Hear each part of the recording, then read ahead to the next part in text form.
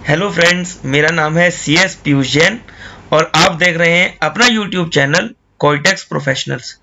दोस्तों, ये मैं वीडियो उन स्टूडेंट्स के लिए बना रहा हूं जो लास्ट मिनट रिवीजन कर रहे हैं अपने CA, CS, CW एग्जाम्स के लिए। और मैं ये मानकर चल रहा हूं आप सबने अपने फुल इनडायरेक्ट टैक्स कोर्स की रिवीजन कर ली है एंड सिर्फ और सिर्फ रिवीजन पॉइंट ऑफ व्यू से ये लेक्चर्स देख रहे हैं। मैं अपनी वीडियो में 100% कोर्स आईडीटी का कवर करके चलूंगा विद लीस्ट टाइम, जिससे आपका फुल आईडीटी कोर्स का रिवीजन हो जाए in effective and efficient manner. चलिए स्टार्ट करते हैं अपना first chapter, that is basics of GST.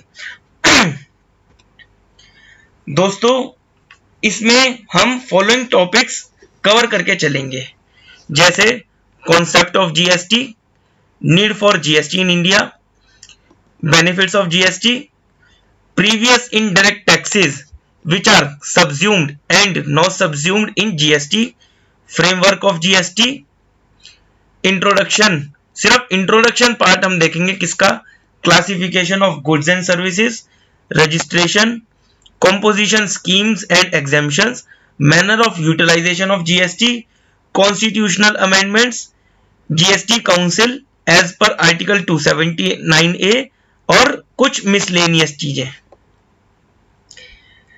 चलिए दोस्तों, let us start from our first topic of chapter 1, that is concept of GST. दोस्तों, जीएसटी लाने का कॉन्सेप्ट 4 मेन कॉन्सेप्ट थे, जिसमें से पहला है जीएसटी क्या है, एक वैल्यू एडिड टैक्स है। क्रेडिट जो है जीएसटी के अंदर हमें हर स्टेज पे प्राप्त होता है। अल्टीमेट बर्डन जो जीएसटी का होता है वो कंज्यूमर बोर्न करता है, और जीएसटी के अंदर कास्केडिंग इफेक्ट जो टैक्सेस का होता है वो 99% खत्म हो जाता है। जीएसटी के अंदर हम ये नहीं कह सकते 100% कास्केडिंग इफेक्ट जो है टैक्सेस का वो खत्म हो गया है, लेकिन काफी हद तक कैस्केडिंग इफेक्ट जो टैक्सेस का है वो खत्म हो गया है। चलिए दोस्तों, अब हम अपने दूसरे टॉपिक पे आते हैं, जिसका नाम है need for GST in India. GST लाने का क्या कारण था भारत में? एक तो बहुत सारे भारत में इनडायरेक्ट टैक्सेस थे और काफी सारे डबल टैक्सेशन इवेंट थे। काफी सारे टैक्सेशन इवेंट थे, जैसे एक्साइज के अंदर मैन्युफैक्चरिंग होता था, सर्विसेज के अंदर हमारा जब हम सर्विसेज प्रोवाइड कर देते थे तब माना जाता था, वैल्यू एडिड टैक्स के अंदर जब हम सेल करते थे तब माना जाता था। लेकिन जीएसटी के आने से सभी जो टैक्सेशन इवेंट है वो खत्म हो गए और एक ही टैक्सेशन इवेंट हो गया है जिसका नाम है सप्लाई, जो कि हम आगे रीड करेंगे। एक जो दूसरा पॉइंट है कास्केडिंग ऑफ टैक्सेस। काफी सारे जो टैक्सेस थे उनका हमारे को बेनिफिट नहीं मिलता था, इनपुट टैक्स क्रेडिट नहीं मिलता था, जिसके वजह से जो कॉस्ट थी प्रोडक्ट की वो बहुत ज्यादा हो जाती थी। तो उस चीज को खत्म करने के लिए जीएसटी का लाना बहुत ज्यादा महत्वपूर्ण था। और इसके अंदर जो तीसरा पॉइंट है original and destination based tax. जो हमारा जीएसटी है वो एक डेस्टिनेशन बेस्ड टैक्स है, यानी जहां पे हमने अपने सप्लाई को प्रोवाइड करा है वो ही स्टेट जीएसटी के लेने का हकदार होता है। और चौथा, double taxation of a transaction as both goods and services both. पहले जीएसटी से आने से पहले काफी सारे टैक्सेबल पॉइंट होते थे, टैक्सेशन पॉइंट होते थे, जैसे गुड्स के केस में भी टैक्स लगता था, फिर उसके बाद उस गुड्स को यूज करके सर्विसेज के रूप में देने पे सर्विस टैक्स लगता था। लेकिन जीएसटी के आने के बाद एक यूनिफॉर्म टैक्स लगता है जो कि है जीएसटी, चाहे वो गुड्स हो चाहे वो सर्विस हो, सिर्फ एक टैक्स लगेगा जो कि है जीएसटी। दोस्तों, चलिए अब हम अपने तीसरे टॉपिक पे चलते हैं, जिसका नाम है बेनिफिट ऑफ जीएसटी। जीएसटी के क्या बेनिफिट्स थे, जिसमें सबसे पहला है creation of unified nation market. GST के आने से पूरे भारत में एक ही लॉ लगता है इनडायरेक्ट टैक्स का, जो कि है जीएसटी लॉ। आपको दूसरा कोई लॉ पढ़ने की जरूरत नहीं है इनडायरेक्ट टैक्स के अंदर। बस एक कस्टम एक्ट है जो कि एक इंटरनेशनल टैक्स है, जिसके वजह से हमारे को एक एडिशनल लॉ पढ़ना पड़ता है। लेकिन for all GST, for all indirect tax matters, only GST is whole and sole thing which you have to consider. Mitigation of all effects of cascading, इसके अंदर कोई भी, पहले क्या था, कास्केडिंग इफेक्ट ऑफ टैक्सेस हुआ करते थे, जो कि हमने पहले इसे देखा है। लेकिन जीएसटी के आने से कास्केडिंग इफेक्ट ऑफ टैक्सेस बिल्कुल खत्म हो गए हैं। फिर है elimination of taxes and double taxation. पहले बहुत सारे टैक्सेस हुआ करते थे, बहुत सारे टैक्सेबल इवेंट्स हुआ करते थे, जो कि जीएसटी के आने से खत्म हो गए हैं। Boost to make in India initiative, GST के आने से मेक इन इंडिया के इनिशिएटिव को बहुत उछाल मिला है, बहुत प्रोत्साहन मिला है। और increase in government revenue, cascading of taxes के वजह से जो प्रोडक्ट की कॉस्ट थी वो बहुत ज्यादा इंक्रीज हो जाती थी, और उसका इनपुट टैक्स क्रेडिट भी नहीं मिलता था कुछ टैक्सेस का, जिसके वजह से गवर्नमेंट को, और उस चीज से बचने के लिए हमारे काफी प्रोफेशनल्स हुआ करते थे, जो कि लूप होल्स निकाल के गवर्नमेंट के टैक्सेस, जो गवर्नमेंट रेवेन्यू है, उससे इफेक्ट होता था। लेकिन जीएसटी के आने से जो लूप होल्स थे और जो कास्केडिंग ऑफ टैक्सेस का इफेक्ट था, वो बिल्कुल खत्म हो गया, जिसके वजह से ट्रांसपेरेंसी हो गई और गवर्नमेंट के रेवेन्यू में भी इंक्रीज दिखा। ओके दोस्तों, let us start with our next topic, that is indirect taxes which are subsumed in GST. First, we will read about which are the central indirect taxes which were subsumed in GST. First one is central excise and additional excise duties, which are covered under section 3 subsection 1 and 3 subsection 3 and 3 subsection 5 of Central Excise Act 1944. Service tax, excise duty under Medicinal and Toilet Preparationary Act, CVD, additional CVD, central sales tax, surcharges and cess in so far as they relate to supply of goods and services. Now, what are the state indirect taxes which are subsumed in GST? First one is state surcharges and cess. Second, entertainment cess tax except levied by local bodies. Third is tax on lottery, betting and gambling. Fourth one is entry tax and purchase tax. Fifth one is value added tax. Sixth, luxury tax. Seventh, taxes on advertisements. Now we will read following taxes are not subsumed in GST regime. First one is property taxes and stamp duty. Second, electricity duty. Third, alcohol, because currently alcohol is covered under state excise duty plus VAT oblique CST. If we sell alcohol within state or union territory, then VAT will be applicable. But if we sell alcohol outside the state territory, then CST will be applicable. Basic custom duty, because Custom Act is a global international act, and any modification except introduction of IGST in place of excise VAT laws was not adjustable. Fifth one is 5 petroleum products, that is petroleum crude, petroleum diesel, air transmission fuel, which is aka ATF, and natural gas till the date notified by GST Council. Currently, GST Council has not notified GST on these 5 petroleum product. Therefore, central excise duty plus VAT oblique CST is leviable on it. Now, friends, we will cover our next topic, that is framework of GST introduction in India. GST is extended to whole of India including Jammu and Kashmir. Before 7th of July 2017, GST was extended on whole of India excluding Jammu and Kashmir, but with effect from 7th of July 2017, GST was extended to whole of India including Jammu and Kashmir. GST is a destination based tax. As we have already studied, that GST is leviable by that state in which supply has been provided. Third, dual GST.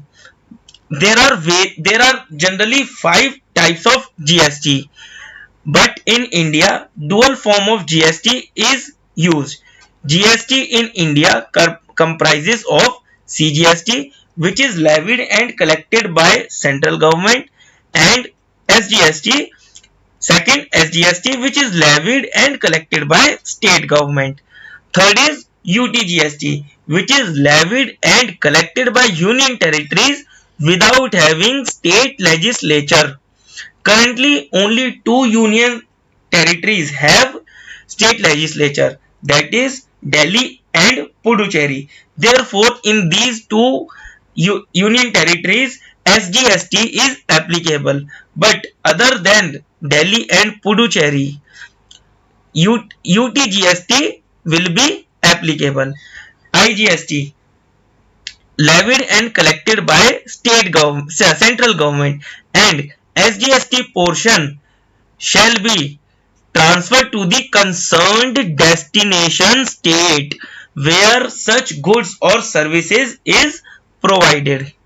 For intrastate supply of goods and services, CGST plus SGST shall be leviable. That is, if you supply goods within Delhi or within Andhra Pradesh or within Jammu and Kashmir or within Punjab, then CGST plus SGST at the applicable rates shall be applicable. But in case of interstate supply, IGST shall be levied, and IGST shall be equivalent to prevailing CGST and SGST rate.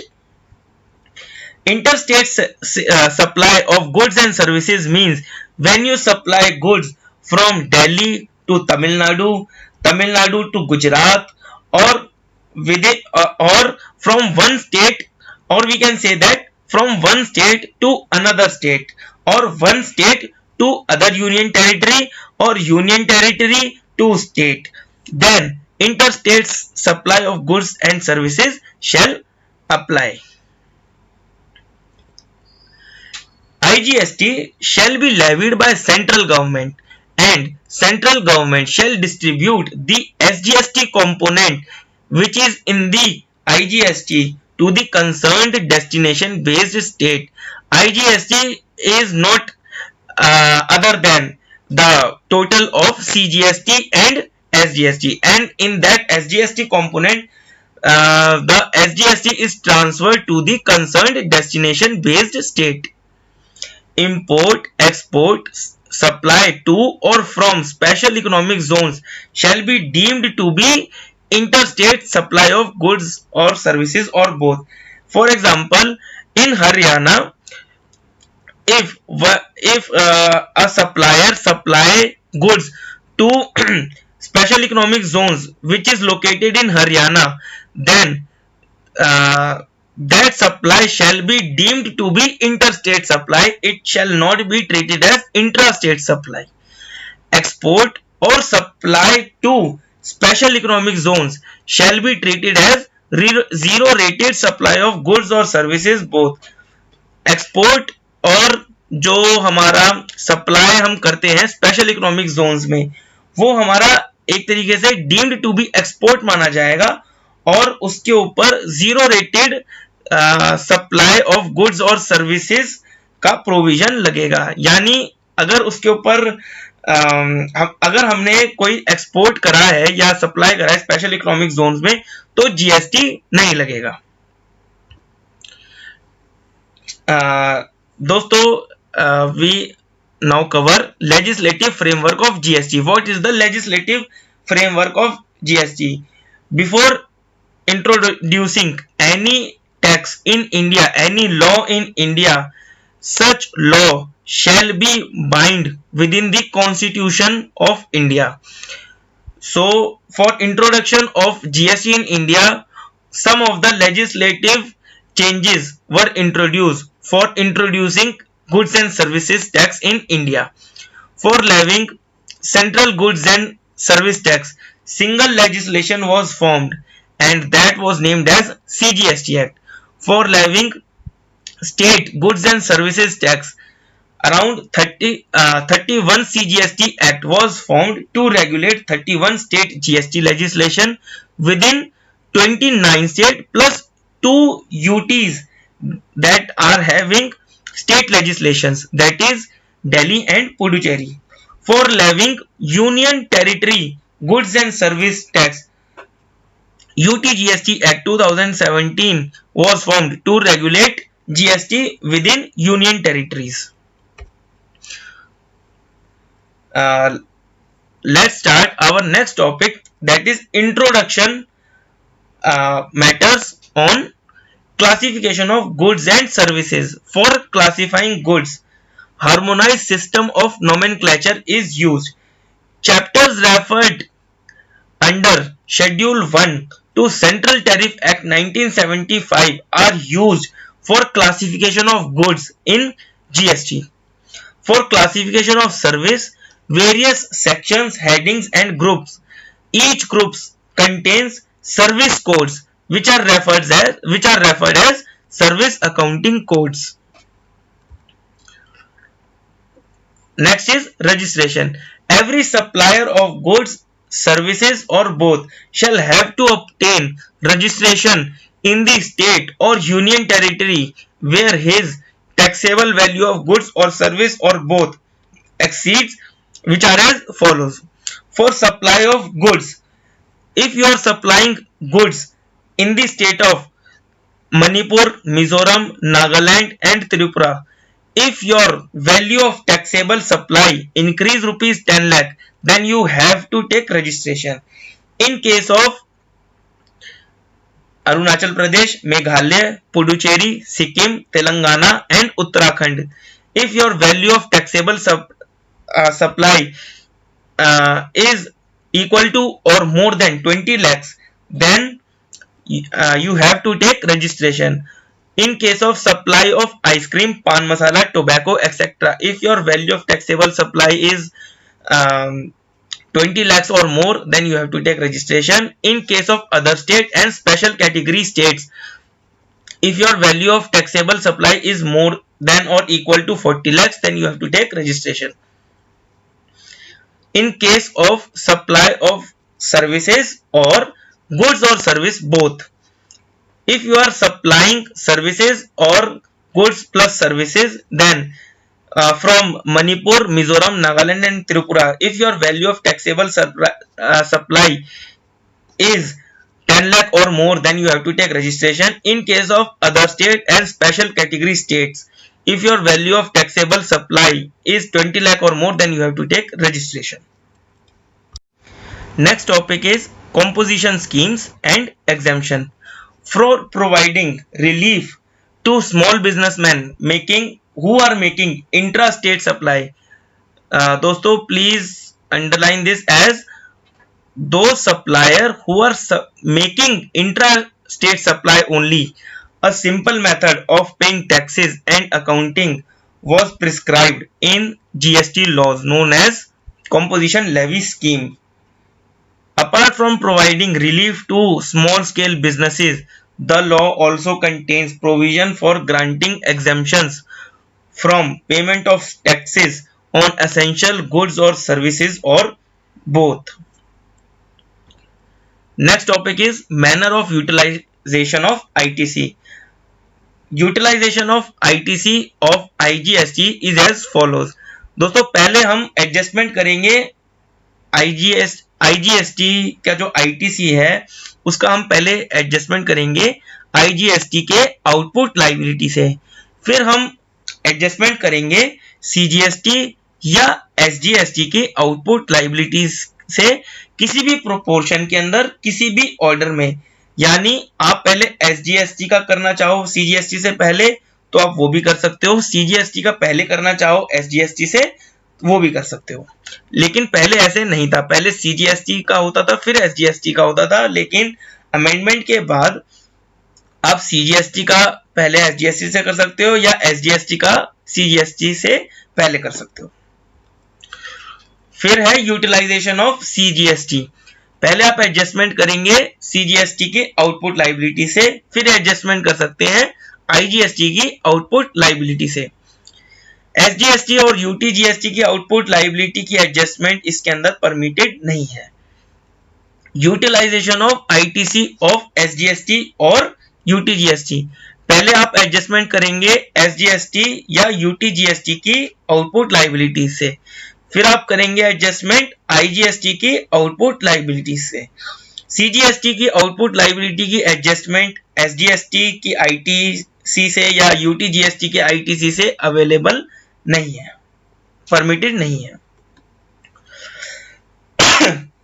दोस्तों अब हम अपना next topic देखेंगे जो कि है goods and service tax network, also known as GSTN.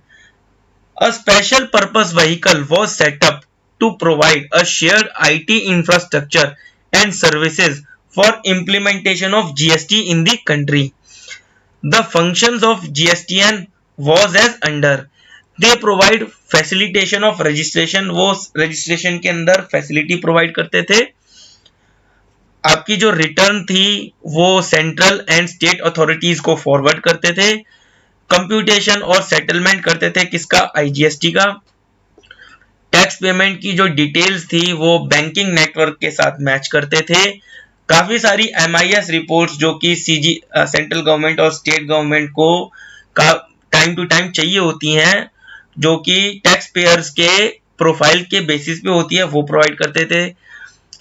Analysis provide करते हैं टैक्स पेयर्स के प्रोफाइल का, और running the machine engines for matching reversal and reclaim of ITC, वो मशीन रन करते हैं मैचिंग रिवर्सल और रिक्लेम करने के लिए आईटीसी का। दोस्तों ये एक मिसलेनियस टॉपिक है जो कि है जीएसटी सुविधा प्रोवाइडर और एप्लीकेशन सर्विस प्रोवाइडर, जो कि हम इसको जीएसपी और एएसपी भी कहते हैं। GSTN selected technology companies which are referred as GST Suvidha providers. GSPs develop an application for interaction of taxpayers with GSTN. GSPs facilitates taxpayers to upload invoices as well as filing of return. GSPs may take help of application service providers who act as a link between taxpayers and GSPs. दोस्तों अब हम अपने next topic पे चलेंगे जो कि है constitutional amendment.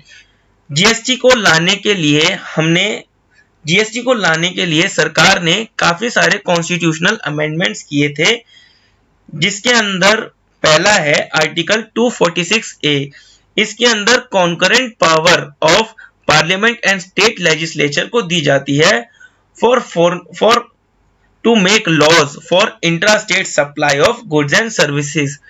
फिर चेंज करा था आर्टिकल 269A के अंदर, जो कि एक्सक्लूसिव पावर पार्लियामेंट को देते हैं inter state supply of goods and services के लिए। दोस्तों आप अपना जो मॉड्यूल है उसको देखेंगे तो वो बहुत डिटेल्ड है। मैंने इसके अंदर बहुत पिन टू पिन चीजें ली है, जिससे आपको एक फ्रेमवर्क पता चल जाए कि उस पर्टिकुलर आर्टिकल के अंदर क्या लिखा था। अगर आपको इसे फुल देखना है, इसके अंदर क्या है, आर्टिकल के अंदर कैसे कैसे है, तो आप अपना मॉड्यूल को रेफर कर सकते हैं। तीसरा है article 279A GST council. Article 279A empower करता है प्रेसिडेंट को to constitute a joint forum for centre and state named as GSTC, also known as goods and service tax council. Article 279 A 12 सितंबर 2016 को फोर्स में आया था India में। President ने जीएसटी काउंसिल 15 सितंबर 2016 को बना दी थी। Council consist of following members. पहले हैं union finance minister as chairman of the council, minister in charge of finance, taxation or any other minister as nominated by each of the state and union territories with state legislature, that is Delhi and Puducherry are its members. State member of GST council will choose among themselves one of them as vice president of GST council. अगला topic है quorum of the meeting of GST council. At least 50% of the total members shall attend the GST council meeting. Decision on the agenda shall be finalized if not less than 75% of weighted votes of members and voting are obtained. Weighted vote means 1/3 of total vote cast by central government and 2/3 of total vote cast of all state government and union territories having state legislature, that is Delhi and Puducherry. What are the functions of GST council? They make recommendations to center and state on important issues like tax rates, exemptions, threshold limits, dispute resolutions, etc.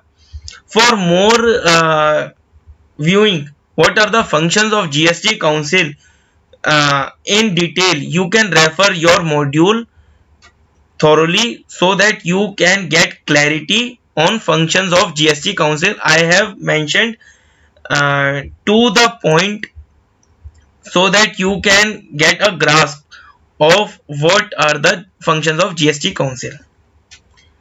Thank you friends. For any queries, please write to us at cs.pj2016.1@gmail.com. For chapter 2, I will be uploading it after this chapter 1. Thank you friends. Best of luck.